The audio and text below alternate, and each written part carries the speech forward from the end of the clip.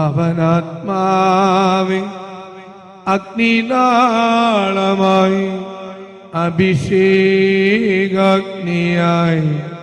എഴുന്നള്ളുക. വരിക,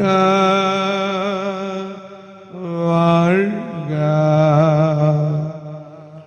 ആത്മാവിൻ മാധുര്യമേ, വെളിവിൻ കതിരേ, ആത്മാവിൻ തണുപ്പേ, ഈശോയിൽ അനുഗ്രഹീതരായ മക്കളെ, ഹെബ്രായർ 13:6. അതിനാൽ നമുക്ക് ആത്മധൈര്യത്തോടെ പറയാം, ദൈവമായ കർത്താവാണ് എൻ്റെ സഹായകൻ, ഞാൻ ഭയപ്പെടുകയില്ല. മനുഷ്യന് എന്നോട് എന്ത് ചെയ്യാൻ കഴിയും? പല ആളുകളും തങ്ങളുടെ പിൻബലങ്ങളെ ഓർത്ത് ചില ആളുകളുടെ അരികിൽ പോയി വെല്ലുവിളിക്കും. അതേ, എൻ്റെ കൂടെ ഇന്ന ആളുണ്ട്, നീ കളിക്കണ്ട, എനിക്ക് വലിയൊരു ശക്തി തരാൻ എൻ്റെ പിന്നിൽ ആളുകളുണ്ട് എന്ന് പ്രകടിപ്പിക്കുന്ന വാക്കുകളും വെല്ലുവിളികളും ഉതിർക്കും.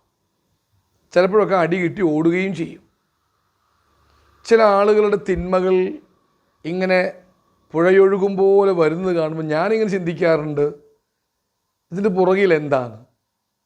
മദ്യം കഴിച്ചവരും മദ്യം വാങ്ങി കൊടുത്ത് കൂട്ടാളികളെ സംഘടിപ്പിക്കുന്നവരും തിന്മ ചെയ്യാൻ പ്രേരിപ്പിക്കുകയോ മറ്റുള്ളവരെ കൊല്ലുകയോ വരെ ചെയ്യാൻ ഉള്ള പിൻബലം കൊടുക്കും.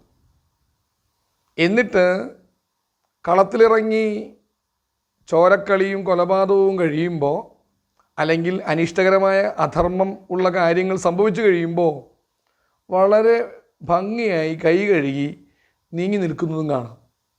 ചില അബദ്ധങ്ങളിൽ ചില പൊട്ടന്മാരുടെ പോലെ ചില പോയി ചാടുകയും ചെയ്യും. എന്താ കാരണം എന്നറിയാവോ? ഞാനുണ്ട്, നീ ധൈര്യമായിട്ട് വയ്ക്കോ, വെട്ടിക്കോ, കൊന്നോ എന്ന് പറയുന്ന ഒരു നിഷേധ സ്വരം പിൻബലമായി കിട്ടുന്നവരുടെ പാടില്ലാത്ത കർമ്മവീഥികളാണിത്. ഇവിടെ ഹെബ്രായരിലൂടെ നമുക്ക് ലഭിക്കുന്ന ആഹ്വാനം ആത്മധൈര്യത്തോടെ പറയാൻ എനിക്ക് സാധിക്കും. കാരണം കർത്താവാണ് എന്നെ പരിപാലിക്കുന്നത്. മനുഷ്യന് എന്തു ചെയ്യാൻ കഴിയും? കുറേ ഓളിയിടും, കുറേ തെറി അല്ലെങ്കിൽ അസഭ്യം വിളിക്കും, വട്ടം കൂടി നിന്ന് കുറ്റം പറയുകയോ ആരോപിക്കുകയോ ലഹളകൾ ഉണ്ടാക്കുകയോ കലഹമുണ്ടാക്കുകയോ ചെയ്യാം.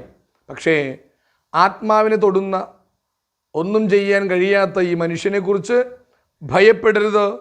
കർത്താവാണ് ശക്തനായവനെന്ന് അറിയുക.